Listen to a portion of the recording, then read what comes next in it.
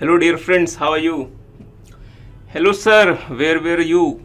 The exams are over, and no suggested answers, no paper analysis from your side. New syllabus has been proposed by ICI, no new syllabus analysis from your side. Even EIS has been proposed to be removed, no update from your side. What are your even future plans, etc.? No update from your side. Yeah, dear, you are right. I was facing some health issues from few days, so now it is quite better. I am quite improved now. So from today we are starting what was pending. So in this video we are talking about the May 22 EISSM paper and how was the paper, its analysis, as well as what should be the suggested answers. So in this video we are going to see about the May 22 EISSM paper.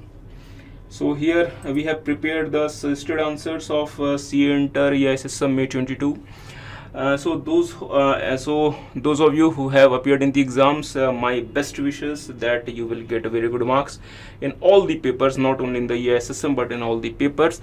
And now before we begin the analysis of the paper, the few observations that I have made from analyzing the paper, there are my few observations. That the very first thing is that question paper was average, no much element of surprise from ICI. That even I was expecting that this attempt there may be many surprise elements, because there was some additions in the syllabus, there was some changes in the syllabus, but no such surprise element from the side of ICI. Even very much to my surprise, that no question has been asked from the additions, from the amendments which was made by the institute. The feedback that I have got from the students was also very amazing, very positive. And as far as the MCQs are concerned, what I have got the feedback that MCQs was also average. Few MCQs were definitely hard, and but easily in MCQs you can easily score 22 to 24 marks, and in this portion you can easily get, if your exams are good, 40 to 45 marks. So this was basically an exemption oriented paper that we see after 4 to 5 attempts, that we not normally see. So this attempt was an exemption oriented attempt, and those students who have prepared well, or those students who have performed well in the exams, because preparation is a separate thing and actual performance in the exam is a separate thing. So those who have performed the exams well, they will definitely get exemption, because the question paper was of that kind. Anyhow, so my few observations are: question paper is average with little element of surprise. Yeah, in strategic management, the case-based type questions are the new norm now, and in the last many attempts, the institute is asking more and more case study type questions. So you have to be prepared for the same. So that is not a new thing. Another observation is that questions are covered from almost entire syllabus, so selective study approach is not good. No questions asked from the recent additions and changes made in the syllabus. From the feedback of the students, in 2 to 4 marks MCQs were from the additions made, but in this 70 marks portion, no question from the additions made by the institute. In strategic management, many questions are of case study type, which needs proper understanding of the syllabus. So this is not this attempt only. From the last mini attempt, institute is asking 25 marks questions of the case study type in the strategic management. So it is not a surprise thing. It is happening from the last so many attempt. Okay. Yeah, disclaimer that these suggested answers have been prepared by us. We have taken all due considerations, but still the suggested answer of ICI will be final. Whenever the suggested answer of ICI will be released, that would be final, and it is going to be like this only that we have prepared. Okay, so we are moving into the question by question analysis. The very first question is the question from the is definitely from EIS. So the question number 1A, presently the flow of information is at an unimaginable high speed for doing any business, and need of information is perceived at various levels of hierarchies.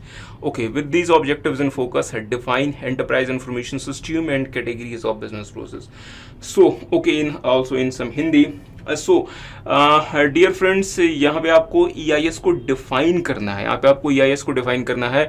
But जब आप EIS को define करें तो इस बात का ध्यान रखें कि यहाँ पे इन्होंने क्राइटेरिया आपको दिया हुआ है, और वो क्राइटेरिया क्या है, और वो क्राइटेरिया ये है डियर कि जो EIS है वो क्या करता है, need of information preserved at various levels of hierarchies, इसको सेटिस्फाई करता है। मीन्स EIS क्या करता है कि ये सारे लेवल्स ऑफ ऑर्गेनाइजेशंस में और हायरार्कीज में जो है वो एक सिंगल प्लेटफॉर्म से इंफॉर्मेशन प्रोवाइड कर सकता है। तो आपको इस एस्पेक्ट को इसके डेफिनेशन में कंसिडर करना पड़ेगा।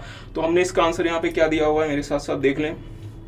एंड EIS में भी defined as any kind of information system which improves the functioning or functions of an enterprise business process by integration। ये आपको पता है, ये लाइन इंपॉर्टेंट है। It provides a single system that is central to the organization that ensure that information can be shared across all functional levels and management hierarchies। So अगर आप इस वाले क्वेश्चन को देखें तो इस क्वेश्चन की रिक्वायरमेंट ऐसी है कि यहाँ पे आपको इस वाले पॉइंट को मेंशन करना पड़ेगा। तो लेट्स से अगर आप ये सेकंड पॉइंट मेंशन नहीं करते, it provides a single system that is central to the organization that ensures that the information can be shared across all functional levels and management hierarchies। तो हो सकता है कि आपको मार्क्स न मिले, क्योंकि क्लियरली आपको से जो EIS की जो डेफिनेशन पूछी गई थी वो इसी एस्पेक्ट को कवर करके पूछी गई थी। एनी हाउ, आगे बढ़ते हैं।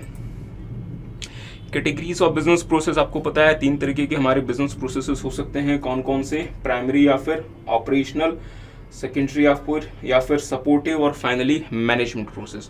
जो हमारे मैनेजमेंट प्रोसेस होते हैं या हमारे टॉप लेवल प्रोसेसेस भी होते हैं, जो हमारे सेकेंडरी या फिर सपोर्टिव प्रोसेस होते हैं, इनको हम कह सकते हैं as a business level process.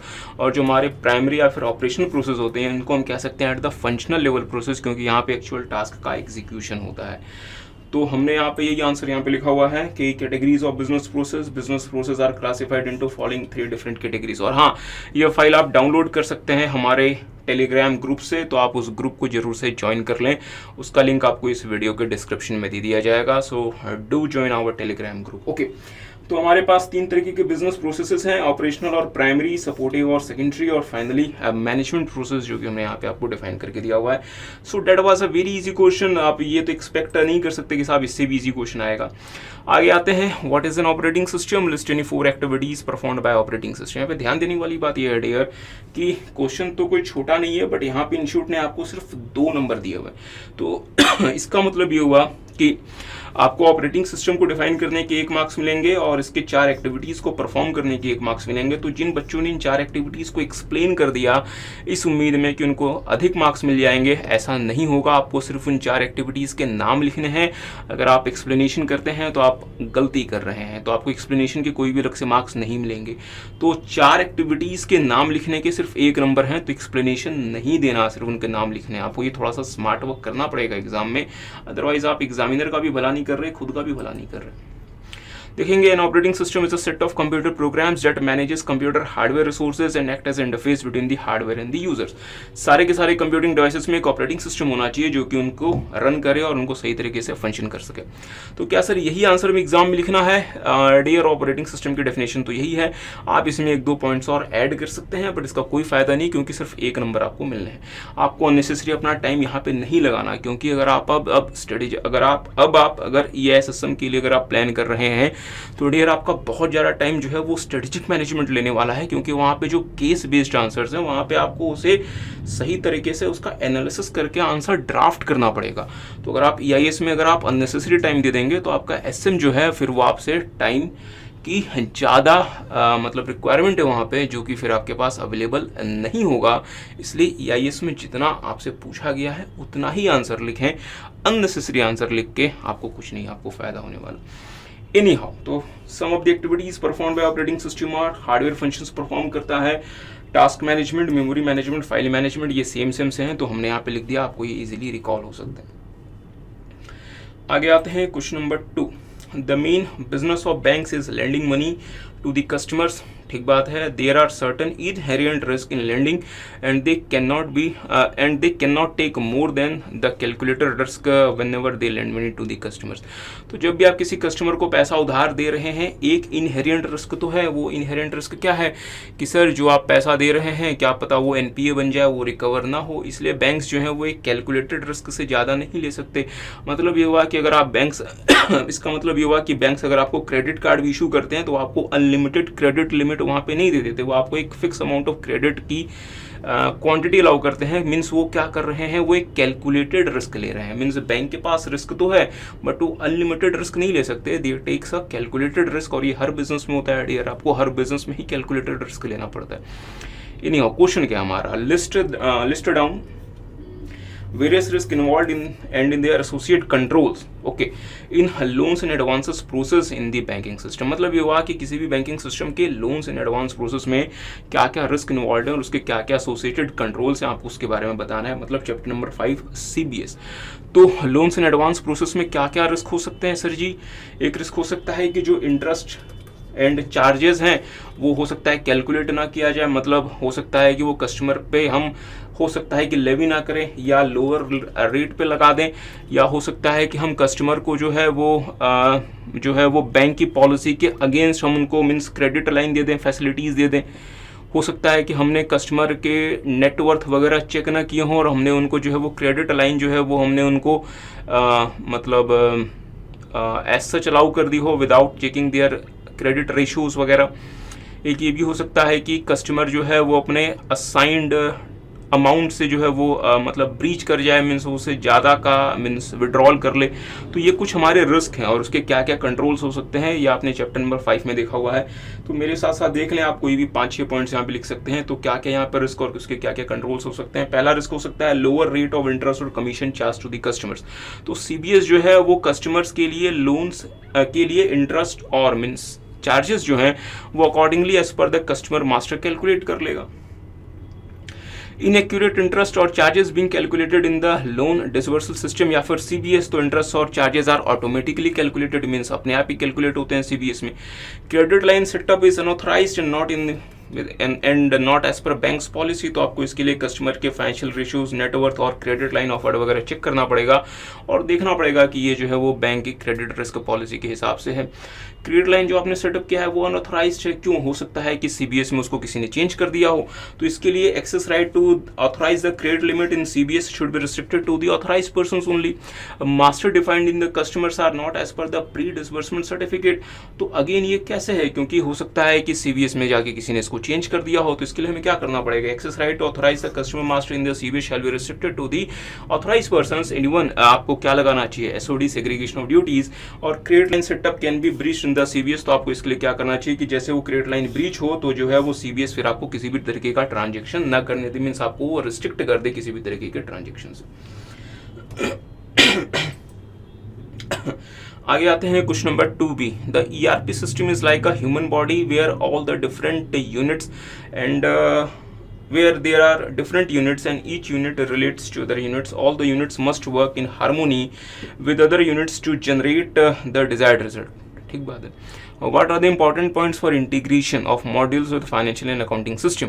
तो ध्यान दीजिएगा डियर, अगर हम इंटीग्रेशन ऑफ मॉड्यूल्स की बात करते हैं तो जनरली हमारे माइंड में आता है integration of modules with the material management system. But नहीं, यहाँ पे इन्होंने आपसे क्या पूछा हुआ है? फाइनेंशियल एंड अकाउंटिंग सिस्टम, जिसके 4 पॉइंट्स थे। किसी को याद है वो 4 पॉइंट्स क्या क्या थे? कि सर मास्टर डेटा जो होगा वो चूंकि सेम होगा तो वो शेयर होना चाहिए अक्रॉस ऑल दी डिपार्टमेंट्स। कॉमन ट्रांजेक्शन डेटा जो होगा उसको भी मतलब शेयर करो। फिर हमें क्या करना चाहिए? सेपरेट वाउचर टाइप इस्तेमाल करना चाहिए। इसके बाद हमें क्या करना चाहिए? हमें क्लोजिंग बैलेंसेस वगैरह जो हैं वो डिपार्टमेंट्स के विद इन मतलब शेयर करने चाहिए। तो ये हमारे इंटीग्रेशन पॉइंट हैं किसके? फाइनेंशियल एंड अकाउंटिंग सिस्टम के। यहाँ पे बच्चा गलती कर सकता है कि वो फाइनेंशियल एंड अकाउंटिंग सिस्टम को सही से ना पढ़े और यहाँ पे किसके इंटीग्रेशन पॉइंट लिख दे? मटीरियल मैनेजमेंट मॉड्यूल के, जो कि आपके नंबर फिर आपके 4 नंबर चले जाएंगे। तो हमारे पास चार मतलब इंपॉर्टेंट पॉइंट्स होते हैं means financial and accounting modules के, जो हमने अपनी बुक्स में भी मतलब सब कुछ दिया हुआ है जिन बच्चों ने हमारी क्लासेस ली हुई। इंपॉर्टेंट पॉइंट्स फॉर इंटीग्रेशन जो कि हमें यहाँ पे कंसिडर करना है, क्या क्या है। Master data across all the modules must be same and must be shared with other modules as required. क्योंकि आपको बताया डियर मास्टर तो सेम होगा, तो साथ में सेम जो है उसको आपको क्या करना चाहिए, आपको बाकी मॉड्यूल्स के साथ शेयर करना चाहिए जैसे वहाँ पे उसकी रिक्वायरमेंट है। दूसरा, कॉमन ट्रांजेक्शन डेटा जो है वो भी शेयर होना चाहिए जैसे जैसे उसकी रिक्वायरमेंट है। सेपरेट वॉशर टाइप यूज होना चाहिए ताकि हम इजीली आइडेंटिफिकेशन कर सकें। और finally, flow of figures and values across departments like closing balance like closing stock value will be needed in purchase department. तो क्या तब इसको आपको अकॉर्डिंगली उसका शेयर करना चाहिए ताकि जो है वो सारे के सारे डिपार्टमेंट्स इंटीग्रेटेड वे में काम कर सकें। Okay, question number 3A, for doing business, logical access control plays a critical role ensuring that the access to the system data and program to safeguard against unauthorized access। ठीक बात है। Towards this, explain logical access control and user access management control for technical exposure। तो ध्यान दीजिएगा, यहाँ पे आपसे दो क्वेश्चन पूछे गए हैं। पहला आपसे पूछा गया है कि आपको लॉजिकल एक्सेस कंट्रोल डिफाइन करना है, ये 2 नंबर का है। और दूसरा आपसे पूछा गया है यूजर एक्सेस मैनेजमेंट कंट्रोल, जिसके 4 पॉइंट्स होते हैं और इसके लिए आपको 4 नंबर दिए गए हैं। तो डियर आपको यहाँ पे मार्क्स की क्लासिफिकेशन को समझना पड़ेगा। अगर आपने लॉजिकल एक्सेस कंट्रोल को बहुत अच्छे से भी डिफाइन कर दिया, मतलब अगर आपने 1-2 पेज लिख दिए, इसमें ये भी होता है, उसमें वो भी होता है, टेक्निकल एक्सपोजर है, डेटा बॉम्ब है, एनफोर्स्ड पाथ हम इस्तेमाल कर सकते हैं, आप कुछ भी लिख दें, 2 नंबर से ज़्यादा नहीं मिलेंगे। और अगर आपने यूज़र एक्सेस मैनेजमेंट कंट्रोल के 4 पॉइंट्स नहीं लिखे तो 4 नंबर नहीं मिलेंगे, जितने पॉइंट्स उतने मार्क्स। तो चलें फिर, चैप्टर नंबर 3 इजी क्वेश्चन था, लॉजिकल एक्सेस कंट्रोल। और हाँ, ये थोड़ा सा सरप्राइज था कि इंस्टीट्यूट जो है वो स्पेसिफिक इसने मीन्स टेक्निकल एक्सपोजर आपसे पूछ लिया, यूजर एक्सेस मैनेजमेंट कंट्रोल, जो कि जनरली एक्सपेक्ट नहीं किया जाता है कि ये एक स्पेसिफिक पोर्शन पूछ लेंगे। बट हाँ डियर, आपको थोड़े से सरप्राइज के लिए एग्जाम में रेडी होना पड़ेगा और आपको पूरा का पूरा सिलेबस कवर करके जाना पड़ेगा। तो देखेंगे, logical access controls are implemented to ensure that access to system data and program is restricted to the authorised users only, so to safeguard the information against unauthorised use, disclosure, modification, damage और loss. ठीक बात। These controls are the controls relating to the logical access to information, कि हम अपने information का access हर किसी को ऐसे ही नहीं अवेलेबल करना चाहते। हम चाहते हैं कि वो लोग जो ऑथराइज हैं वही हमारी इंफॉर्मेशन का एक्सेस कर सकें, उसे यूज़ कर सकें, उसे किसी भी तरीके से अपने पर्पस के लिए इस्तेमाल कर सकें। Means only those persons who have the authority, who have the right to access and use that information shall be capable of using shall be means capable of accessing and using those information. ठीक बात है। और हम हमारे logical access controls कहाँ पे लगा सकते हैं? ऑपरेटिंग सिस्टम कंट्रोल्स में, एप्लीकेशन सॉफ्टवेयर बाउंड्रीज में, नेटवर्किंग कंट्रोल्स में, इनक्रप्शन में। तो ऐसा नहीं कि आपको ये सारे लिखने हैं, क्योंकि 2 नंबर का है, तो अगर आप चाहें तो सिर्फ और सिर्फ आप यहाँ तक भी लिख सकते हैं, अनऑथराइज्ड, डिस्क्लोजर, मॉडिफिकेशन, डैमेज और लॉस। तो अगर आप यहाँ तक भी लिखेंगे सो आपके लिए सफिशिएंट। इसके बाद वाले लाइन आप स्किप भी कर सकते हैं। यूजर एक्सेस मैनेजमेंट में आपको पता है डियर 4 पॉइंट्स होते हैं, क्या क्या? User registration, privilege management, user password management और finally review of user access rights. तो ये 4 पॉइंट्स होते हैं आपके। चलें, user registration, privilege management, user password management और review of user access right. तो आपको ये चारों पॉइंट्स को एक्सप्लेन कर देना है। ध्यान देने वाली बात यह है यहाँ पे कि इसके आपको 4 नंबर दिए गए हैं। So this portion is for 4 marks और ये जो पोर्शन है ये 2 नंबर का है।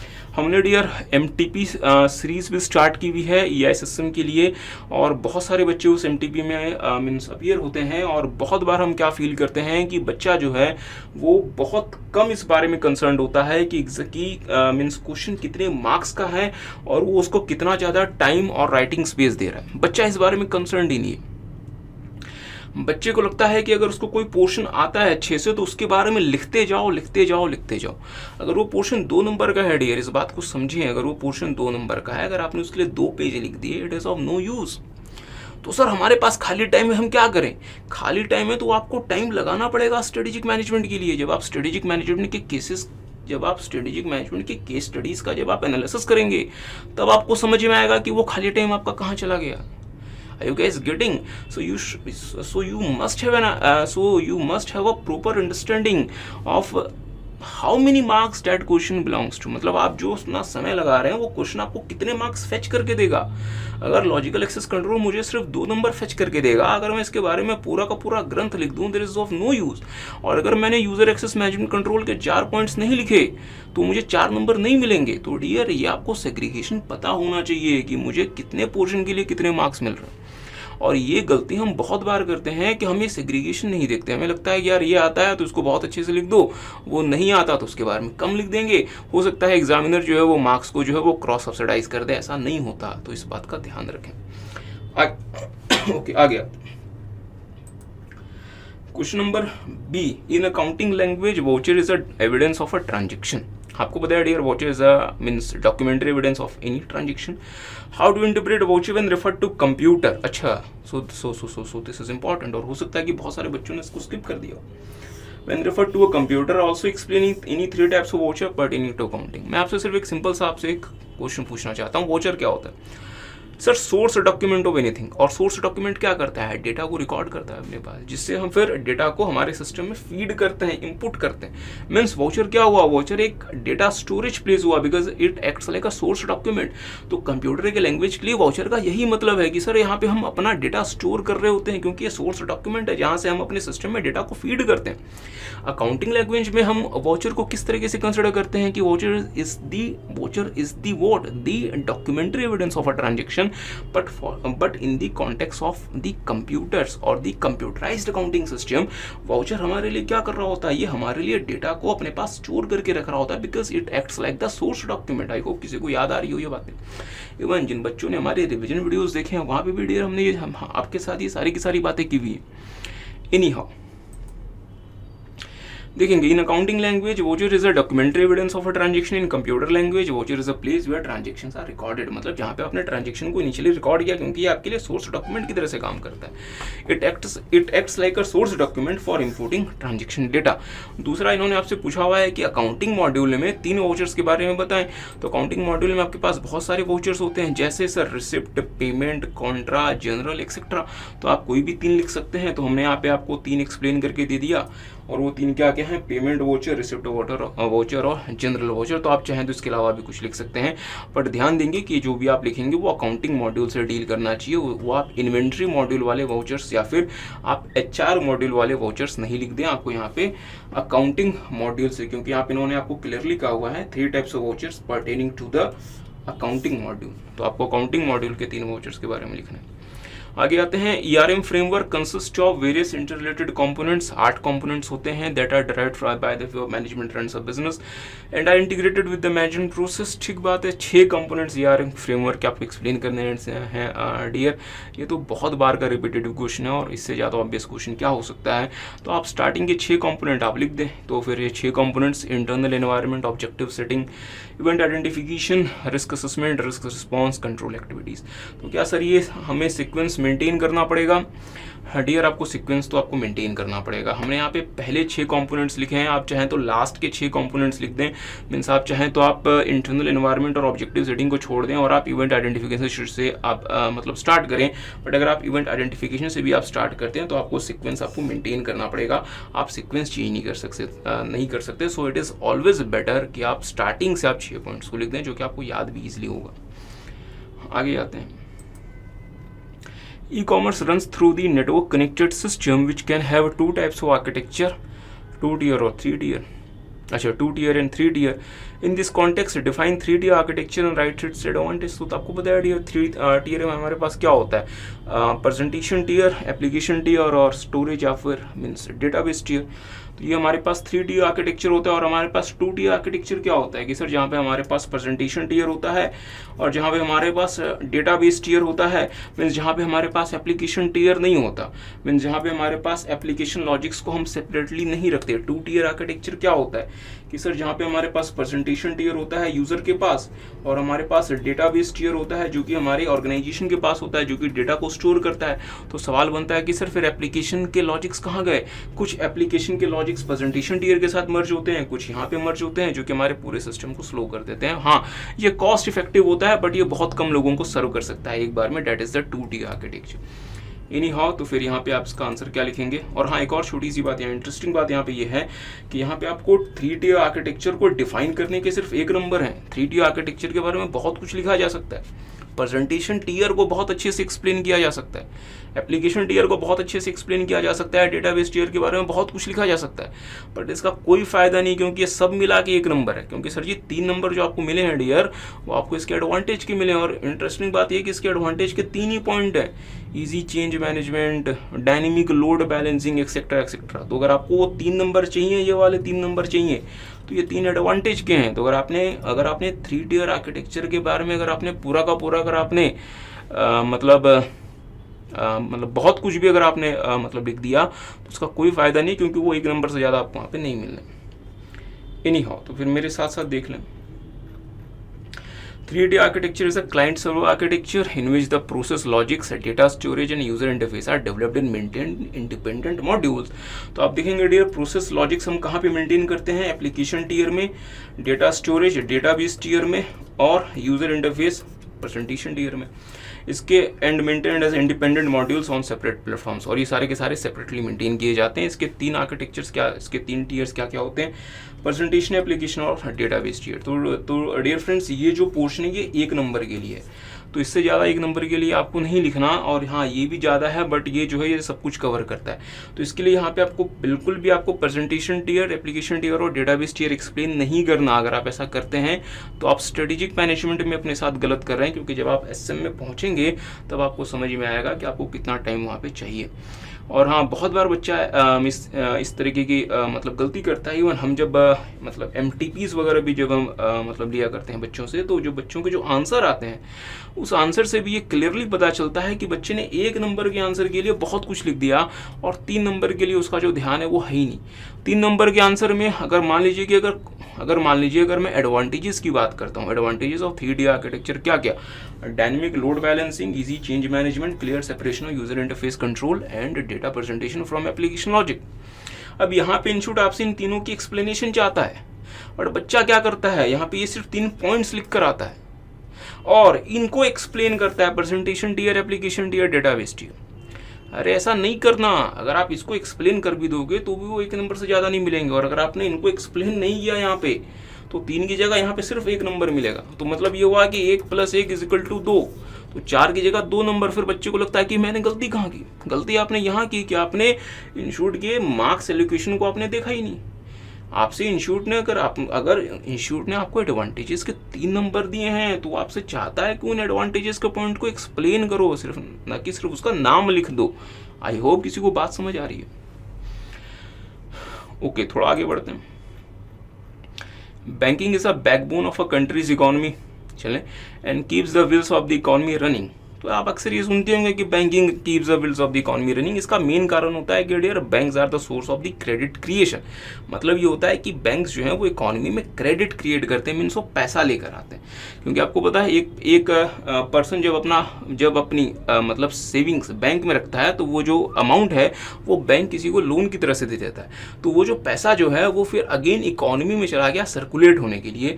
तो इससे क्या होता है कि इकोनॉमिक एक्टिविटीज़ जो हैं वो चलती रहती हैं। इसलिए हम कहते हैं कि banks are the backbone of the country's economy, और वो इकोनॉमी की व्हील्स को चलाते रहते हैं। So that is the main reason. आप ये सारी बात आप इकोनॉमिक्स और फाइनेंस वगैरह में पढ़ते हैं। The changes in the banking scenario due to moving over to the CBS and IT based operations have enabled bank to reach customers and facilitate seamless transactions with lesser dependence on physical infrastructure। ये line बहुत important है, अगर आप बच्चों को समझ में आई हो। With lesser dependence on physical infrastructure. किसी जमाने में डियर अगर आपको बैंकिंग एक्टिविटीज़ परफॉर्म करनी पड़ती थी, इवन जब मैं अपनी आर्टिकलशिप क्या करता था डियर, उस समय ये ऐप वगैरह नहीं होते थे। उस समय इवन इंटरनेट भी बहुत इजीली एक्सेसिबल नहीं था, और अगर आपको इंटरनेट यूज़ भी करना है तो वहाँ पे सिर्फ 2G होता था, और उसके जो चार्जेस होते थे वो होते थे 10 पैसा 10 KB। मतलब 10 KB अगर आप इस्तेमाल करते हैं तो उसके चार्जेस थे 10 पैसा। तो मैंने एक बार हिसाब लगाया था कि अगर आप 1 MB यूज़ करते हैं तो इसके चार्जेस हैं 10 रुपये, मीन्स 10 रुपीज़ पर MB, 10 रुपये 1 MB के। तो डियर ऐसे तो मतलब इंसान मतलब बिक जाएगा। तो वो समय था जब हम मीन्स आर्टिकलशिप करते थे, तो उस समय हमें किसी भी तरीके का कोई बैंकिंग ऑपरेशन करना होता था, मीन्स बैंक्स वगैरह का कुछ भी काम होता था, तो हमें डियर बैंक का ब्रांच मतलब जाना पड़ता था, या फिर अगर हमें चेक वगैरह कभी जमा करने होते थे, ऑफिस के चेक वगैरह अगर कभी लेके जाने होते थे, तो फिर हम बैंक के एटीएम में जाके वो चेक वहाँ पे जमा कर देते थे, क्योंकि वहाँ पे चेक रिसिप्ट मीन्स काउंटर मतलब होता था। मीन्स हमें बैंक के फिजिकल इंफ्रास्ट्रक्चर को यूज़ करना पड़ता था in the form of bank branch. या तो हम बैंक के ब्रांच चले जाएं या तो हम बैंक का एटीएम चले जाएं। मीन्स इन्हीं केस हमें बैंक का फिजिकल इंफ्रास्ट्रक्चर इस्तेमाल करना पड़ता था। मीन्स हम किस पे डिपेंडेंट थे, dependence on physical infrastructure. But आज के समय क्या हमें बैंकिंग ट्रांजेक्शन्स को परफॉर्म करने के लिए क्या हमें बैंक्स के ऊपर इतना फिजिकली मीन्स क्या हमें बैंक्स के फिजिकल इंफ्रास्ट्रक्चर पे क्या हम इतना ज़्यादा मतलब डिपेंडेंट हैं? नहीं सर। आपका जिस भी बैंक में अकाउंट है, आपके स्मार्टफोन में उसका ऐप है, आप वहाँ पे 90% से ज़्यादा एक्टिविटीज़ परफॉर्म कर सकते हैं। मीन्स आपको बैंक के फिजिकल इंफ्रास्ट्रक्चर पे डिपेंडेंट नहीं होना। तो इसलिए कि आज क्या हो गया डियर, आज क्या हो गया with lesser dependence on physical infrastructure. Means हम क्या हो गए, बैंक के फिजिकल इंफ्रास्ट्रक्चर पे कम डिपेंडेंट हो गए। ठीक बात है। तो इसका मतलब ये हुआ कि डियर, और ये सब कुछ कैसे हो पाया? और दो चीज़ें, एक तो सबसे पहले आईटी और दूसरा साथ में सीबीएस। तो सर आईटी और सीबीएस तो एक ही है? नहीं डियर, आईटी एक ब्रॉड टर्म है। सीबीएस जो है वो बैंक्स के एक्सक्लूसिव आईटी का इस्तेमाल है। तो अगर मैं सिर्फ आईटी की बात करता हूँ तो आईटी में तो ईआरपी भी आता है, आईटी में तो बहुत कुछ आता है। बट अगर आप बैंकिंग के कॉन्टेक्स्ट में आईटी को देखेंगे तो हमें साथ में सीबीएस चाहिए होता है, because CBS is exclusive to the banking industry. I hope किसी को बात समझ आ रही है। तो ये सिर्फ आईटी नहीं है, आईटी के साथ सीबीएस। ठीक बात है। तो क्वेश्चन क्या है sir, in this context write down the characteristics of CBS. तो आपको यहाँ पे सीबीएस के कैरेक्टरिस्टिक्स को लिखना है। बट यहाँ पे जब आप इन कैरेक्टरिस्टिक्स को लिखेंगे तो आप यहाँ आपको 2-3 पॉइंट्स खास तौर पे आपको मेंशन करने पड़ेंगे। पहला कि आईटी ने क्या रोल प्ले किया, सीबीएस क्या रोल प्ले करता है, और हम फिजिकल इंफ्रास्ट्रक्चर पे कम मतलब डिपेंडेंट हो गए तो अब हम क्या इस्तेमाल करते हैं, मीन्स अब हम क्या यूज़ करते हैं। तो ये पॉइंट्स भी आपको यहाँ पे कैरेक्टरिस्टिक्स में कवर करने पड़ेंगे, क्योंकि इंस्टीट्यूट ने सिर्फ और सिर्फ कैरेक्टरिस्टिक नहीं पूछा, इंस्टीट्यूट ने एक पूरा आपको मीन्स केस दिया हुआ है और उस केस के कॉन्टेक्स्ट में आपसे कैरेक्टरिस्टिक पूछा हुआ है। तो ये चीज़ें मायने रखती हैं एग्जाम में मार्क्स को फेच करने के लिए। तो देखेंगे डियर, कुछ तो हमारे पास मतलब जनरल पॉइंट्स होंगे और कुछ हमें स्पेसिफिक पॉइंट्स इस कॉन्टेक्स्ट में लिखना पड़ेगा। तो देखेंगे, CBS brings significant changes as customer is not a customer of the branch but becomes a customer of the bank। तो डियर ये तो हमारा जनरल पॉइंट हो गया। CBS is modular in structure और वो स्टेजेस के हिसाब से लग जाएगा। अगेन ये जनरल पॉइंट हो गया। बट हाँ आपको मतलब लिखना तो पड़ेगा, 6 पॉइंट्स आपको लिखने पड़ेंगे। CBS software enables the integration of third party applications. मतलब ये हुआ कि CBS में आप थर्ड पार्टी एप्लीकेशंस को भी इस्तेमाल कर सकते हैं। मीन्स CBS प्लस IT यहाँ पे दोनों आ गया। तो ये एक स्पेसिफिक पॉइंट है। CBS is centralized application that have several components that are designed to meet the मतलब demands of the banking industry. Again आप इसको जनरल पॉइंट कह सकते हैं। CBS is supported by advanced technological infrastructure and high standard of business functionality. तो again ये हमारा specific point हो गया, क्योंकि IT और CBS की बात कर रहा है। There is a common database which gives consolidated view. तो ये हमारा जनरल पॉइंट हो गया। All branches as the delivery channels provided services to the customer. तो अगेन ये हमारा जनरल पॉइंट हो गया। Apart from the physical branches there are now alternate delivery channels like mobile banking, internet banking, phone app banking etcetera due to CBS। तो ये हमारा again special point हो गया, जो हमें ये बताता है कि अब हमें फिजिकल इंफ्रास्ट्रक्चर पे इतना ज़्यादा मतलब डिपेंडेंट नहीं रहना, और हम फिजिकल इंफ्रास्ट्रक्चर की जगह क्या इस्तेमाल कर सकते हैं। मीन्स हम बैंक ब्रांच और बैंक ATM की जगह हम क्या यूज़ कर सकते हैं, हम यूज़ कर सकते हैं सर मोबाइल बैंकिंग, हम यूज़ कर सकते हैं इंटरनेट बैंकिंग, हम यूज़ कर सकते हैं फोन ऐप बैंकिंग। तो ये हमारा स्पेशल पॉइंट हो गया। तो हमने यहाँ पे 3 स्पेशल पॉइंट्स भी रखे हुए हैं जो कि उस कॉन्टेक्स्ट में है जो कि इंस्टीट्यूट ने केस दिया हुआ है। ठीक बात है। तो अगर आप ऐसा लिखेंगे आंसर डियर तो आप इजीली जो है यहाँ पे ये क्वेश्चन कितने मार्क्स का है, अच्छा 6 नंबर का है। आपको आराम से डियर यहाँ पे 5 नंबर आपको इजीली आपको मिल जाएंगे, क्योंकि आपने यहाँ पे सब कुछ कवर कर दिया। आगे आते हैं last question. Mobile apps are commonly use by all for doing electronic transactions. A mobile website works for all mobile devices and usually costs about same as creating as a mobile app. In this context, explain any 4 modules in the mobile website. Dear friends, it is as good as कि अगर आप mobile मतलब website की बात करें या फिर mobile apps की बात करें, आपको बताया डियर मोबाइल ऐप्स के कितने सारे मॉड्यूल्स होते हैं। सबसे पहले mobile store front module, even मतलब सारी मिला के आपके पास कितने मॉड्यूल्स होते हैं, 5 मॉड्यूल्स होते हैं। चाहे वो ऐप की बात कर लें, चाहे आप वहाँ पे साइट की बात कर लें। बट आपको पता है डियर आज के समय जितनी भी ई-कॉमर्स कंपनीज हैं वो अपनी क्या मेंटेन करती हैं, मोबाइल ऐप मेंटेन करती हैं, मोबाइल वेबसाइट कोई भी मेंटेन नहीं करता। बट स्टिल हमें अगर एग्ज़ाम में अगर इस तरीके से पूछा गया तो हमें कोई फ़र्क नहीं पड़ता, हमें पता है कि उसके कितने सारे मॉड्यूल्स हैं, तो हम अब क्या क्या मॉड्यूल्स लिख सकते हैं। Mobile store front module, ticketing module, advertising and marketing module, customer support information module, और लास्ट में होता है मोबाइल बैंकिंग मॉड्यूल। चूँकि इन्होंने 4 पूछा था तो हमने सिर्फ 4 का आंसर यहाँ पे लिख दिया। तो ये सारे के सारे मॉड्यूल्स रेडियर किसके लिए रेलेवेंट हैं, मोबाइल ऐप्स के लिए भी रेलेवेंट हैं और मोबाइल वेबसाइट के लिए भी मतलब रेलेवेंट है। बट आज के समय ऐप्स ही ज़्यादा इस्तेमाल होते हैं, मोबाइल वेबसाइट्स में कंपनीज अलग से पैसा नहीं लगाती, ठीक बात है। और वो अपना सारा का सारा पैसा मतलब ज़्यादातर पैसा कहाँ लगाती हैं, ऐप्स को सही तरीके से क्रिएट करने में, डेवलप करने में। आते हैं डियर स्ट्रेटेजिक मैनेजमेंट में, देखेंगे मेरे साथ साथ। Paramount group of companies is having a strong footprint in the areas of aviation, healthcare, FMCG, home appliances, electronic goods। अच्छा, एविएशन, हेल्थ केयर, मतलब ये हुआ कि Paramount group of companies is a large conglomerate जो कि बहुत सारे industries में काम करती है, aviation, health care, FMCG, home appliances, electronic goods. अच्छा, processes, technology and market capabilities are different for each business, ठीक बात है। एविएशन बिल्कुल अलग तरीके से काम करता है और FMCG बिल्कुल अलग तरीके से काम करता है। However each business operates among a group of rivals that produce competing products. तो बढ़िया, हर इंडस्ट्री में ही आपको राइवल्स मिलते हैं और वो सेम ही तरीके के या कॉम्पिटिटिंग प्रोडक्ट्स ही वो बनाते हैं। In order to get ahead of competition and to contribute for sustained competitive advantage, okay, company intends to improve customer service and in turn increases its market share. मतलब ये हुआ कि हम अपनी कस्टमर सर्विस को इंप्रूव करना चाहते हैं और अपना मार्केट शेयर बढ़ाना चाहते हैं। To achieve this company is desirous to analyse its products, चलें, processes and services for each of its segments. मतलब ये हुआ कि हम अपने प्रोडक्ट्स, प्रोसेसेस और सर्विसेज को हमारे सारे बिजनेस सेगमेंट्स के लिए हम उसका एनालिसिस करना चाहते हैं। तो आप ये एनालिसिस कैसे कर सकते हैं, मीन्स आप क्या क्या आपके पास टूल्स हो सकते हैं ये इस एनालिसिस के। तो डियर, अगर हम सिर्फ यहाँ तक की बात करें तो हमारे पास, अगर मैं सिर्फ यहाँ तक का ये केस पढ़ूँ तो हमारे पास इस एनालिसिस के लिए क्या क्या टूल्स हो सकते हैं।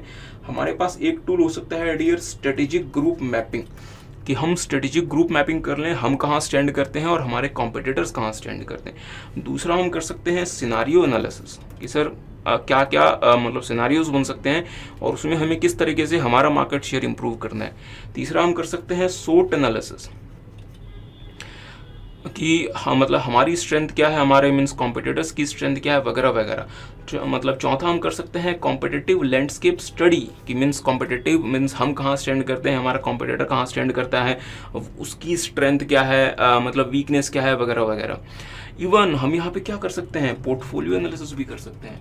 मीन्स यहाँ तक अगर मैं केसेस को पढ़ूँ तो मेरे पास बहुत सारे टूल्स निकल के आ रहे हैं। हाँ, यहाँ पे ये बात मतलब ध्यान देने वाली बात है कि इवन यहाँ पे मैं स्ट्रेटेजिक ऑडिट भी कर सकता हूँ, कि मेरी अगर मुझे ऐसा लगता है कि मेरी स्ट्रेटजी सही तरीके से काम नहीं कर रही, तो हो सकता है कि मैं अपनी स्ट्रेटजी को फाइन ट्यून करने के लिए मैं इसका स्ट्रेटेजिक ऑडिट भी कर लूँ। बट यहाँ पे ध्यान देने वाली बात यह है डियर कि मैं यहाँ पे फिलहाल BPR नहीं कर सकता, फिलहाल मैं यहाँ पे BPR नहीं कर सकता। तो यहाँ तक पढ़ के मुझे ऐसा सच कुछ समझ में नहीं आया कि कंपनी क्या चाह रही है, बस हमें ये पता चला कि कंपनी अपनी परफॉर्मेंस को बढ़ाना चाह रही है। बट एग्जैक्टली कौन सा टूल कंपनी यहाँ पे यूज़ करेगी, यहाँ तक मुझे पढ़ के अभी तक कुछ समझ में नहीं आया। आगे बढ़ते हैं। Company is studying various trade applications, understanding the taste and preferences of customers, meeting with suppliers and also using relevant information available in public domain for each of its business operations। बहुत अच्छी बात है। After studying as above, company wants to compare a diverse range of practices and processes being followed by acknowledged leaders in the industry। तो यहाँ पे मुझे कुछ समझ में आया, यहाँ पे मुझे कुछ मिला। क्या आप कुछ पढ़ पाए? सर हम तो कुछ नहीं पढ़ रहे, जो आप बता रहे हम बस सुन रहे हैं। डियर, ये सही बात नहीं है, इस लाइन को बहुत ध्यान से पढ़ें, क्योंकि यहाँ तक जब मैंने पढ़ा तो यहाँ पे मुझे क्लियरली कुछ नहीं पता चल सका कि कंपनी किस टूल के बारे में सोच रही है या कंपनी अल्टीमेटली क्या करना चाह रही है। बट यहाँ पे मुझे कुछ आइडिया लगा। इन्होंने यहाँ पे ये कहा है कि कंपनी जो है, अच्छा ये यहाँ पे मैंने गलत लगा दिया, मुझे यहाँ पे लगाना चाहिए था।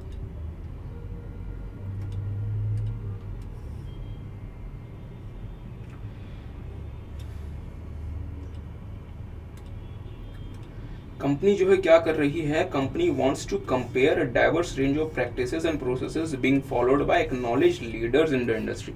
मतलब ये हुआ कि कंपनी अपने प्रोसेसेस इंडस्ट्री के लीडर्स के साथ कंपेयर करना चाहती है। मीन्स हम हमारे प्रोसेसेस, हमारी प्रैक्टिसेस इंडस्ट्री के लीडर्स के साथ, इंडस्ट्री के बाकी प्लेयर्स के साथ कंपेयर करना चाहते हैं और हम देखना चाहते हैं कि हम कहाँ स्टैंड करते हैं, वो कहाँ स्टैंड करते हैं। क्या कुछ याद आ रहा है आपको? Are you guys recalling something कि हम क्या चाह रहे हैं? हम चाह रहे हैं हम हमारे प्रोसेसेस को, हम हमारी परफॉर्मेंस को इंडस्ट्री के प्लेयर्स के साथ, जो इंडस्ट्री में बेस्ट है उनके साथ कंपेयर करें। मीन्स हम उनको हमारा बेंचमार्क मान रहे हैं और हम अपनी परफॉर्मेंस को उनके लेवल तक लेके जाना चाह रहे हैं। Means we are considering them as our benchmark, और हम हमारी परफॉर्मेंस को कंसिडर करेंगे। और हमारी परफॉर्मेंस को कंसिडर करने के बाद हम देखेंगे कि हमारी परफॉर्मेंस और उनकी परफॉर्मेंस क्या है और हम दोनों के परफॉर्मेंस में कितना डिफरेंस है। That is called performance gap. और फिर हम उस गैप को वाइड करेंगे। नहीं सर कैसी बातें करते हो? फिर हम उस गैप को फुलफिल करने का प्रयास करेंगे। Means we will take the steps through which we can fulfil those gaps, those performance gaps. तो इतना बड़ा केस पढ़ के ये एक ही लाइन है जो कि मुझे कुछ हिंट दे रही है, और ये मुझे हिंट किस तरफ दे रही है कि हम हमारे परफॉर्मेंसेस को इंडस्ट्री के प्लेयर्स के साथ कंपेयर करना चाहते हैं। Means we are moving towards what? Benchmarking. We are thinking of using benchmarking as a tool. Are you guys getting? किसी को बात समझ आई?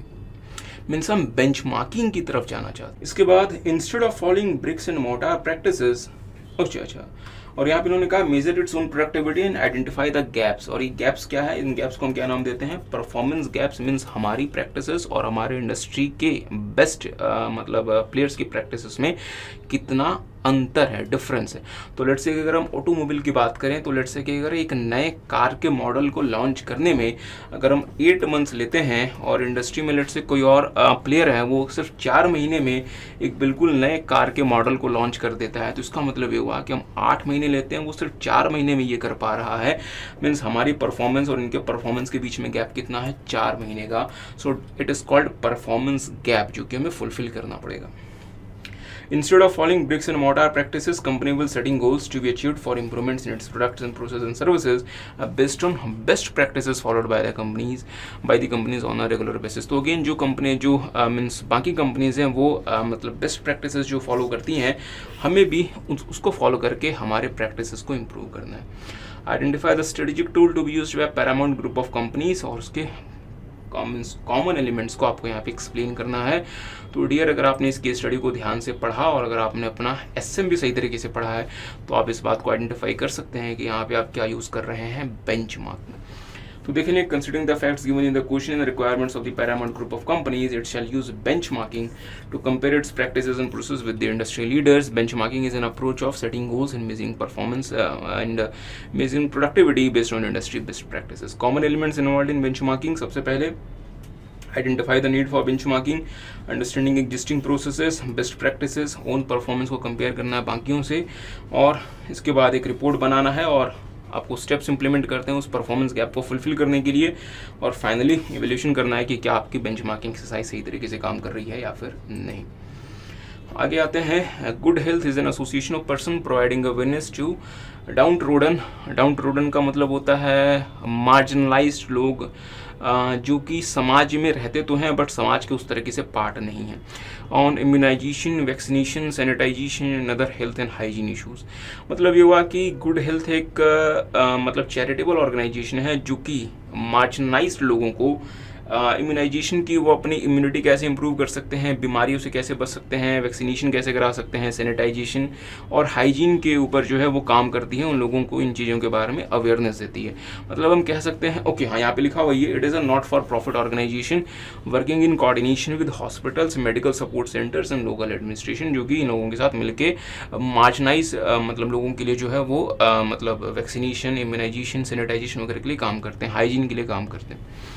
You are asked to take over the organization and manage it in a better way। अच्छा, आपको कहा गया कि आप जो है वो गुड हेल्थ को टेक ओवर कर लें और आप उसको चलाएं और आप इसको अच्छे तरीके से चलाएं। Identify whether the concept of strategic management is relevant in this connection and if so, what basic activities would you perform in order to manage it efficiently। तो डियर ऐसे क्वेश्चंस तो बहुत बार एग्जाम में आ चुके हैं और ये कोई नया क्वेश्चन नहीं है, ये कोई इस तरीके का कोई चौथा या पांचवा बार है जो इस तरीके के क्वेश्चंस आपके मतलब स्ट्रेटेजिक मैनेजमेंट में आए हैं। पर ध्यान देने वाली बात यह है यहाँ पे कि यहाँ पे आपसे क्वेश्चन के दो पार्ट्स पूछे गए हैं। पहला, क्या स्ट्रेटेजिक मैनेजमेंट जो है वो एक एनपीओ के लिए, एक एनजीओ के लिए रेलिवेंट है? तो इसके बारे में तो आप मतलब लिख सकते हैं कि हाँ, जो स्ट्रेटेजिक मैनेजमेंट होता है वो एक प्रॉफिट ओरिएंटेड ऑर्गेनाइजेशन के लिए भी रेलिवेंट है और वो एक not for profit oriented organisation के लिए भी मतलब रेलिवेंट है। तो इसमें तो खैर कोई इशू नहीं है और आपको 1 नंबर मिल जाएगा। बच्चा क्या करता है? बच्चा इसी को लिखता रहता है, बट वो इस चीज का ध्यान नहीं देता कि इंस्टीट्यूट ने यहाँ पे आपको 5 नंबर नहीं दिए, 1+4 दिए। सर क्या बात है, समझिए इस बात को। जो 4 नंबर हैं वो सिर्फ इस बात को एक्सटेंड करने के नहीं है। 4 नंबर किस बात के? 4 नंबर हैं कि what basic activities would you perform to manage it efficiently. कि साहब आपने गुड हेल्थ को ओवरटेक कर लिया, अब आप उसके मैनेजर बन गए, सीईओ बन गए। अब आप क्या करेंगे स्ट्रेटेजिकली, ऐसा आप स्ट्रेटेजिक मैनेजमेंट के हिसाब से क्या करेंगे कि आप उसको सही तरीके से चला सकें। मीन्स आपने एक नई ऑर्गेनाइजेशन जो है उसको आप एज अ सीईओ ज्वाइन करते हैं, लेट्स से, आप क्या करेंगे वहां पे? तो सर जी, अगर आपने स्ट्रेटेजिक मैनेजमेंट को सही तरीके से पढ़ा तो अगर आप किसी भी ऑर्गेनाइजेशन को ज्वाइन करते हैं तो सबसे पहले तो आपको उस ऑर्गेनाइजेशन का इंटेंट पता होना चाहिए, उसका विजन मिशन पता होना चाहिए कि यार ये ऑर्गेनाइजेशन है तो आखिर है क्यों। कोई भी ऑर्गेनाइजेशन, चाहे वो प्रॉफिट हो, चाहे वो एनपीओ हो, एनजीओ हो, हमें सबसे पहले उसका इंटेंट पता होना चाहिए कि आखिर ये ऑर्गेनाइजेशन कर क्या रही है, इसका ऑब्जेक्टिव क्या है, पर्पस क्या है। सर क्यों पता होना चाहिए? जब तक हमें ही हमारे ऑर्गेनाइजेशन का पर्पस नहीं पता, हम क्या लोगों को कन्विंस कर सकते हैं यार कि आप हमें डोनेट करें? लोग पूछेंगे कि किस बात का डोनेशन, करते क्या हो, क्या चाहते हो, मतलब क्या अचीव करना चाहते हो, हमें वो पता ही नहीं है क्लियरली। तो हम लोगों को कैसे कन्विंस करेंगे? How we are going to convince our donors कि sir we need a donation, are you guys getting?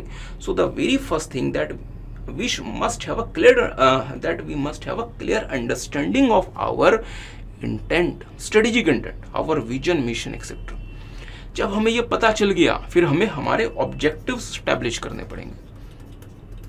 Objective sir जी किस सेंस में? कि हम सैनिटाइजेशन के बारे में, वैक्सीनेशन के बारे में कितने लोगों को अवेयर करना चाहते हैं। सर कितने लोगों को? हम तो पूरे भारत को अवेयर कर देंगे।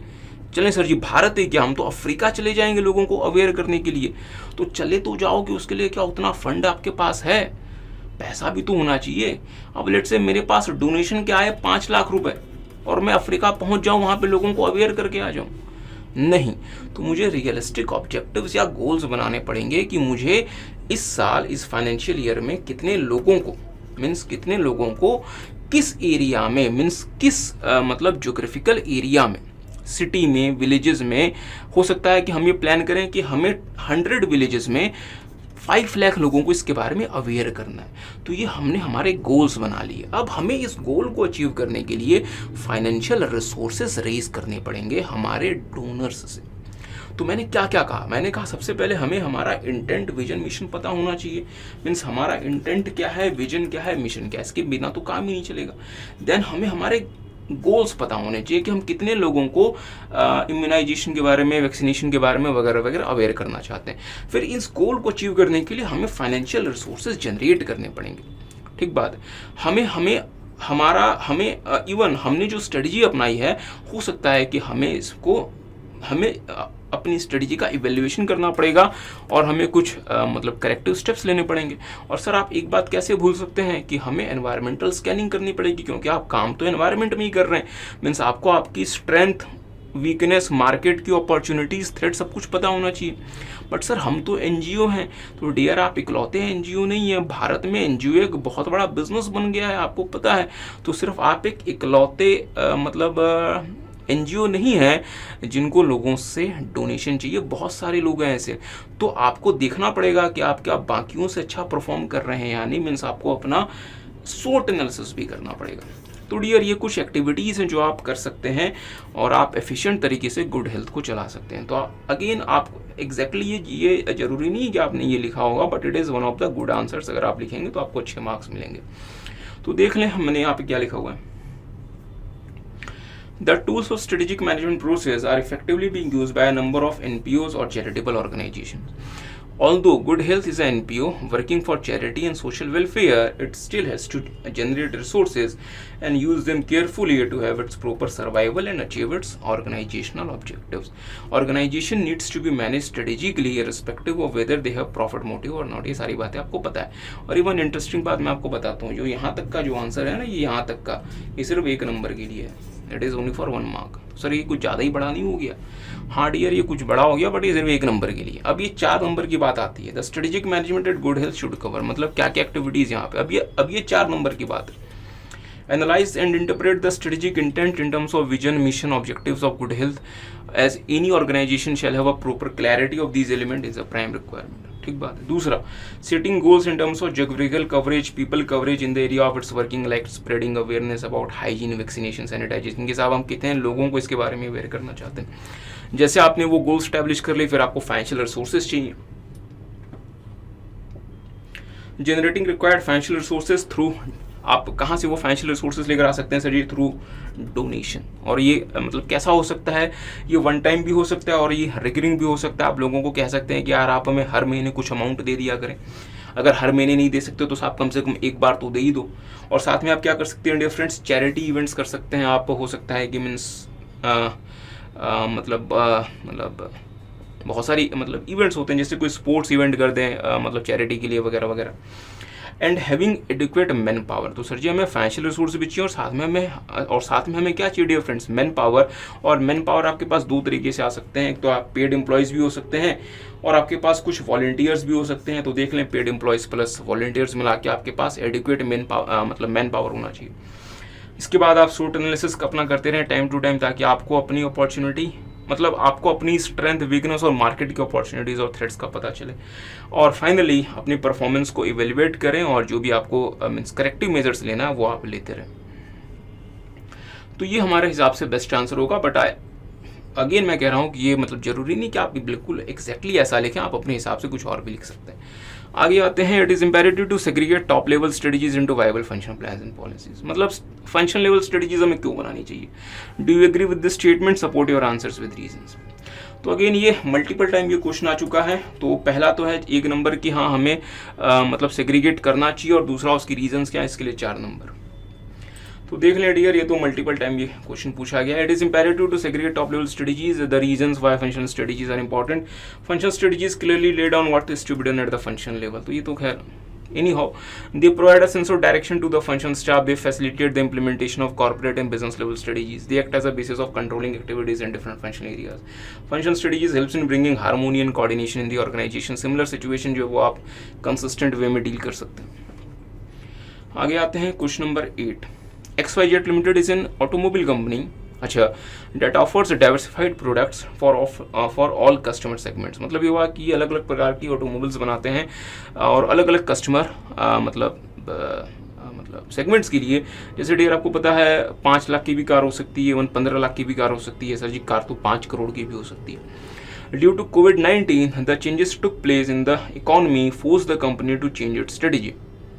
ठीक बात है डियर, क्योंकि कोविड के बाद आपको पता है बहुत सारी कंपनीज ने अपनी स्ट्रेटेजी को चेंज किया है, क्योंकि लोगों के पास डिस्क्रिशनरी स्पेंडिंग पावर जो है वो पहले से कम हो गई है। अच्छा, being the CEO of the company what stages would you follow for developing and executing the new strategy. तो डियर ये बहुत इंपॉर्टेंट है समझना कि कोविड की वजह से हमने हमारी अपनी पूरी स्ट्रेटेजी को ही चेंज कर दिया। तो मुझे बताएं कि अगर लेट्स से कि हम एक तरफ तो मेरी बात पे थोड़ा सा ध्यान दें। अब लेट्स से आपकी कंपनी जो है वो फिजिकल कॉमर्स की तरफ उसकी स्ट्रेटेजी है पिछले कई सालों से, फिजिकल कॉमर्स, बट हमें जो है वो अब मैंडेटरी इलेक्ट्रॉनिक कॉमर्स की तरफ जाना है। मीन्स हमने हमारी स्ट्रेटेजी को पूरा चेंज कर दिया। तो आप तो अपनी स्ट्रेटेजी को आप CEO हैं, आप अपने मीन्स AC केबिन में बैठ के आपने ये स्ट्रेटेजी चेंज कर दी, बट आपकी कंपनी में जो 10,000 लोग काम करते हैं, क्या उनके लिए इतना इजी है कि वो फिजिकल कॉमर्स को चेंज करके तुरंत इलेक्ट्रॉनिक कॉमर्स की तरफ बढ़ जाएं? या आपके लिए इतना आसान है उन लोगों को सीधा यहाँ पे लेकर आना? नहीं सर, ये बहुत बड़ा चेंज है और इसमें बहुत ज़्यादा टाइम लगेगा। और इस चेंज को हम क्या नाम देते हैं? किसी को याद आया? Strategic change. Strategic change, it is called strategic change, क्योंकि आपने अपनी पूरी स्ट्रेटेजी को बदल दिया। जनरली डियर हम अपनी पूरी स्ट्रेटेजी नहीं बदलते, हम अपनी पूरी स्ट्रेटजी नहीं बदलते, हाँ हम अपने स्ट्रेटजी के एलिमेंट्स को चेंज करते हैं। अगर वो एलिमेंट्स हमें हमारे रिजल्ट को अचीव करने में मदद, अगर वो एलिमेंट्स हमें हमारे रिजल्ट को अचीव नहीं करने दे रहे तो हम उस एलिमेंट को चेंज करते हैं। हम हमारा पूरा का पूरा अप्रोच ही चेंज नहीं कर देते। Are you guys getting? क्या किसी को बात समझ आई? तो डियर, हम अपनी जनरली 100% स्ट्रेटजी कभी चेंज नहीं करते। अगर हमने ये चेंज किया तो हमें हमारे ऑर्गेनाइजेशन के लिए इसको इम्प्लीमेंट करवाना, एग्जीक्यूट करवाना बहुत मुश्किल हो जाएगा। और इसके लिए जो प्रोसेस कहलाता है वो कहलाता है स्ट्रेटेजिक चेंज। और हाँ, यहाँ पे आप लिख सकते हैं one Kurt Lewin's change process. तो मेरे साथ साथ देख लें, the changes in the environmental forces often require business organizations to make modifications in their existing strategies and bring out new strategies. Strategic change is a complex process that involves a corporate strategy focused on new markets, products, services and new ways of doing business. ये आपको पता है। Strategic change में 3 steps क्या क्या होते हैं? सबसे पहले recognise the need of change, ठीक बात है। Then create a shared vision और फाइनली इंस्टीट्यूशनलाइज द चेंज। और साथ में कर्ट लेविन ने आपको भी 3 स्टेप्स बताए थे, वो क्या क्या थे sir? Unfreezing the situation, change to the new situation and refreezing. तो आप चाहें तो आप ये सारा आंसर लिख सकते हैं। तो अगर आप ये सब कुछ लिख दें तो आपके 5 नंबर पक्के हो जाएंगे, ठीक है। ओके, आगे आते हैं। Due to recurrence of various variants of coronavirus, LML Limited is facing unstable environment and it has started unbundling and disintegrating its activities. It is very important. इन्होंने कहा कि साहब LML लिमिटेड जो है वो बहुत अनस्टेबल एनवायरनमेंट फेस कर रहा है और इसने क्या करना शुरू कर दिया है? इसने अनबंडलिंग करनी शुरू कर दी और डिसइंटीग्रेट करना शुरू कर दिया अपनी एक्टिविटीज़ को। सर क्या कहना चाहते हो? कुछ समझ नहीं आया।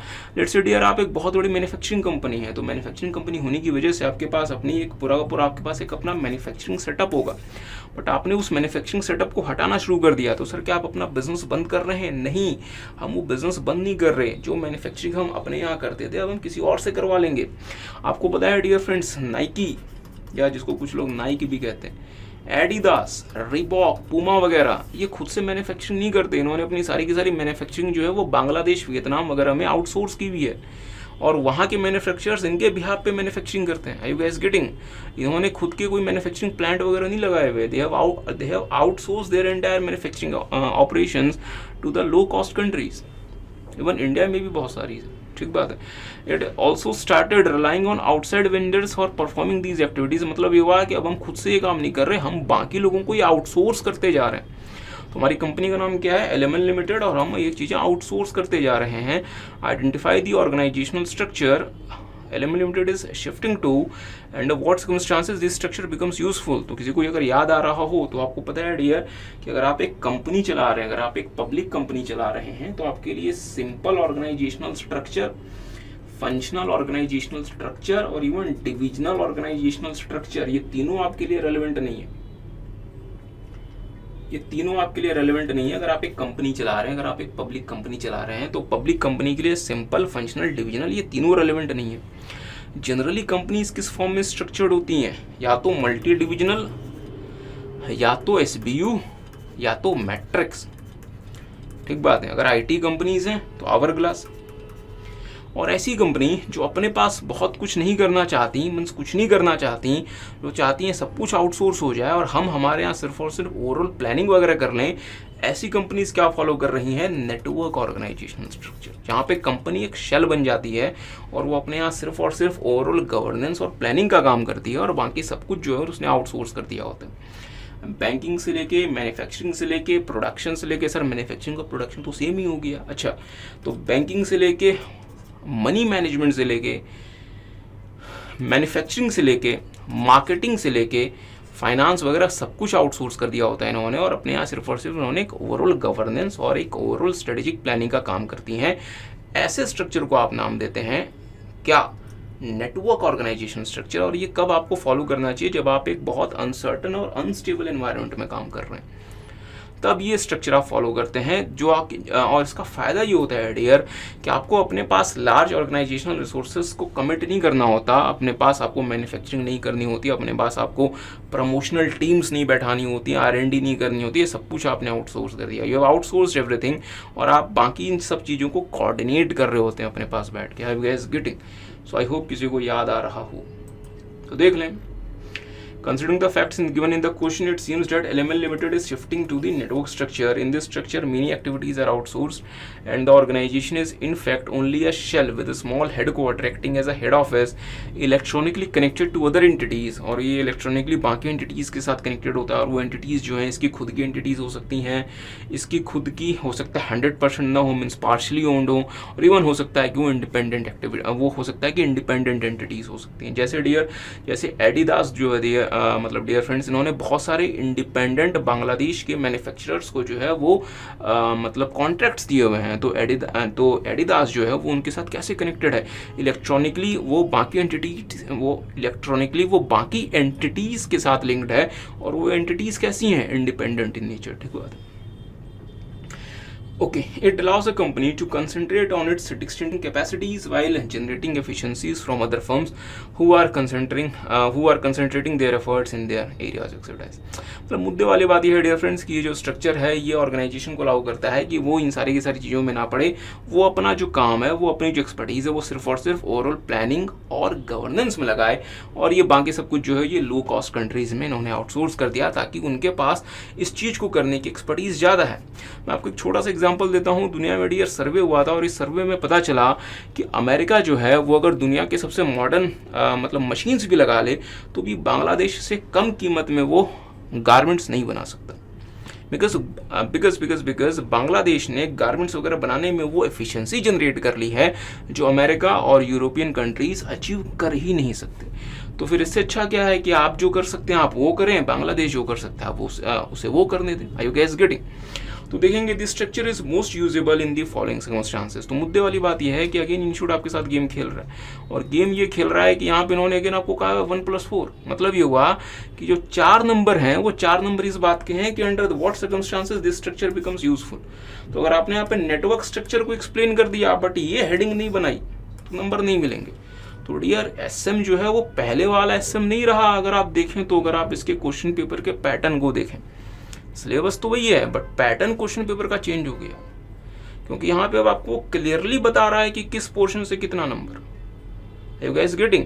तो under what circumstances this structure becomes useful. अगर आपने नेटवर्क स्ट्रक्चर को ही एक्सप्लेन कर दिया बट अगर आपने ये हेडिंग नहीं बनाई तो 4 नंबर भूल जाओ, फिर वही आपको वो 1.5-2 नंबर मिलेंगे, उसमें खुश हो जाना। तो इसलिए ये हेडिंग बनानी बहुत जरूरी थी कि this structure is most useful in the following circumstances. Organisation is operating in an unstable and uncertain environment. तो फिर सर जी हम जो है अपने पास एक लार्ज रिसोर्सेज का कमिटमेंट नहीं कर सकते, हमने वो सब कुछ आउटसोर्स कर दिया। दूसरा, environment is highly threatening and challenging. तो साहब हम अपने यहाँ कुछ नहीं करेंगे, हम सब कुछ आउटसोर्स कर देंगे। Instead of committing large organisation resources in house production etcetera, organisation find it's better to outsource activities and concentrate itself on overall planning and governance.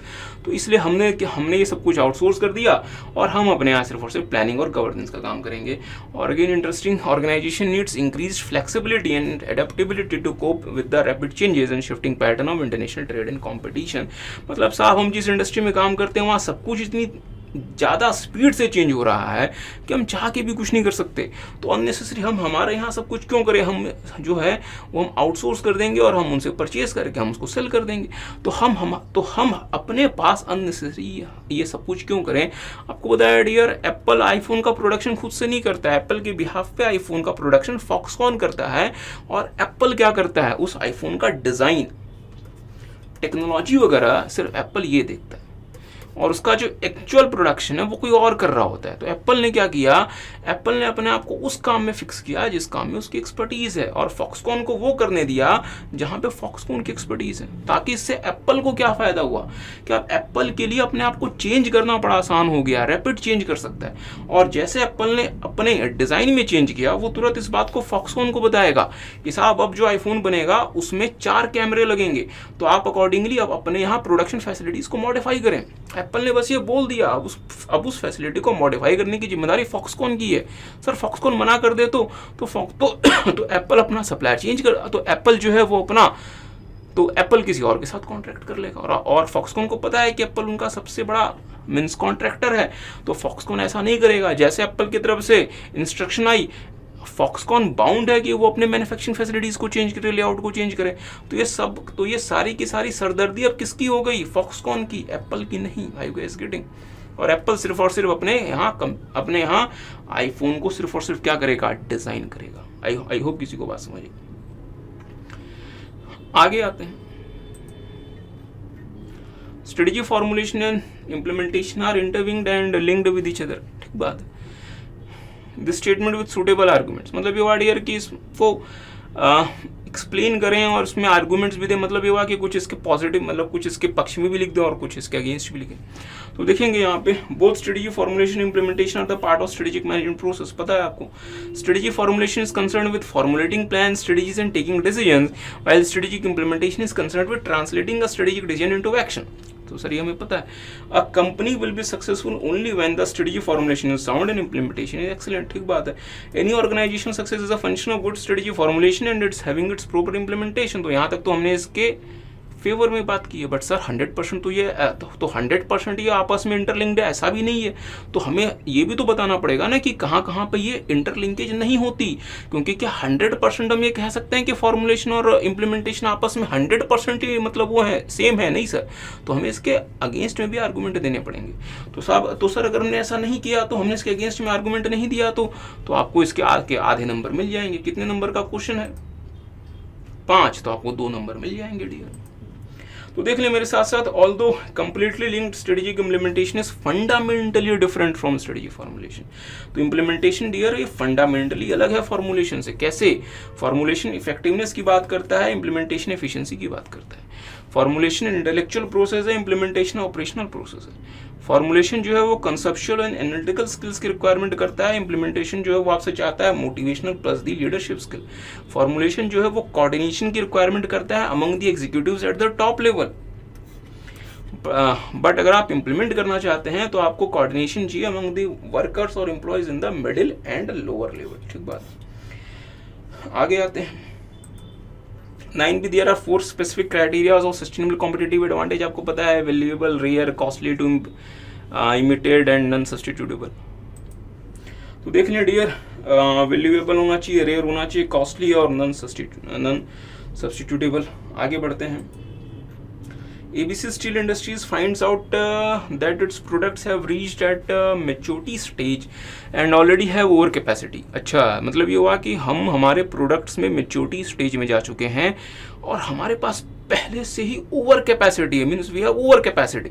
Over capacity कब आती है? जब आपने इतना एक्सपेंड कर लिया हो कि आप उसको संभाल ही नहीं पा रहे। When you expanded so much that you are unable to manage it. अच्छा, तभी तो ओवर कैपेसिटी आएगी ना, नहीं तो ओवर कैपेसिटी कहाँ से आ गई? अच्छा, देयरफॉर ओके सर, ओके ठीक है। Therefore it concentrates on maintaining operational efficiency of its plant. ये बड़ा मतलब इंटरेस्टिंग पॉइंट है। हम चाहते हैं साहब कि हमने इतनी कैपेसिटी पहले से ही जोड़ ली कि अब हम और कैपेसिटी एनहांसमेंट नहीं करें। हम उसी कैपेसिटी को, हम उसी ऑपरेशनल कैपेसिटी को हम उसे ही सही तरीके से ऑपरेशनल बना सकें। मुझे बताएं ना, मुझे सोच के बताएं। अब डियर क्या करें, अब आपको एग्जाम्पल्स कुछ देने पड़ जाते हैं।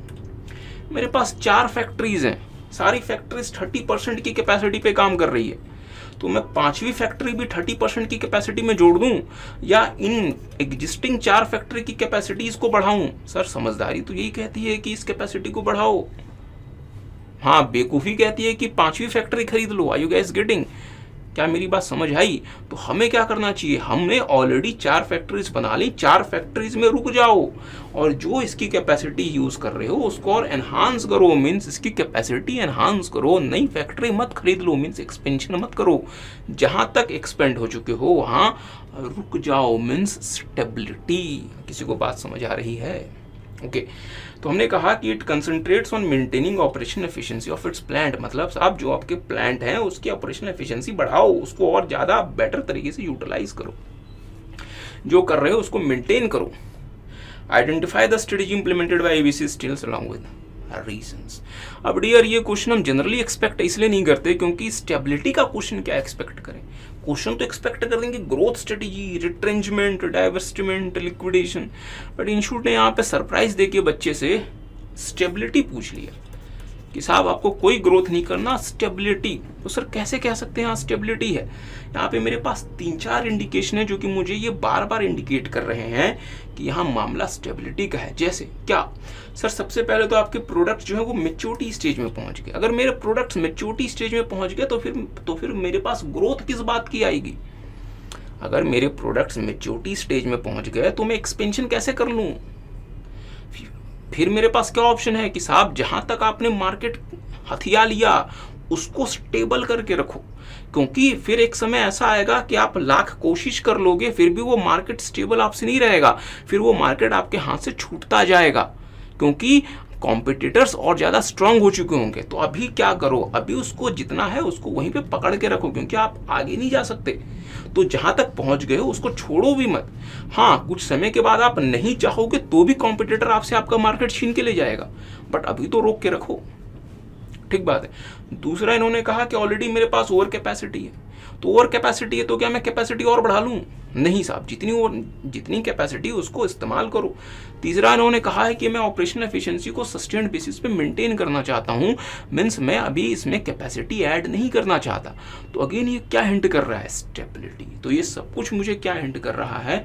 स्टेबिलिटी की तरफ। तो ध्यान दीजिएगा डियर, स्ट्रेटेजी आइडेंटिफाई करना मीन्स स्टेबिलिटी वर्ड के 1 नंबर हैं, और दूसरा कि ये कब इस्तेमाल होती है इसके 4 नंबर हैं। ठीक बात है। देख लें इसका answer.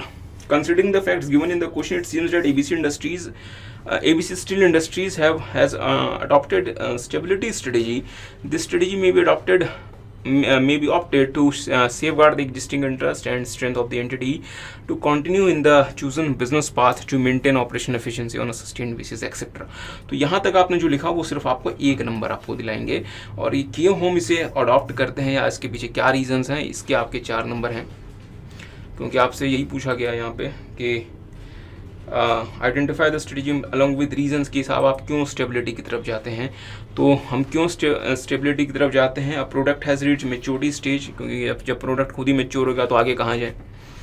After rapid expansion of firm wants to stabilise and consolidate its production, क्योंकि कंपनी ने इतना एक्सपेंशन कर लिया कि इसके पास ओवर कैपेसिटी आ गई।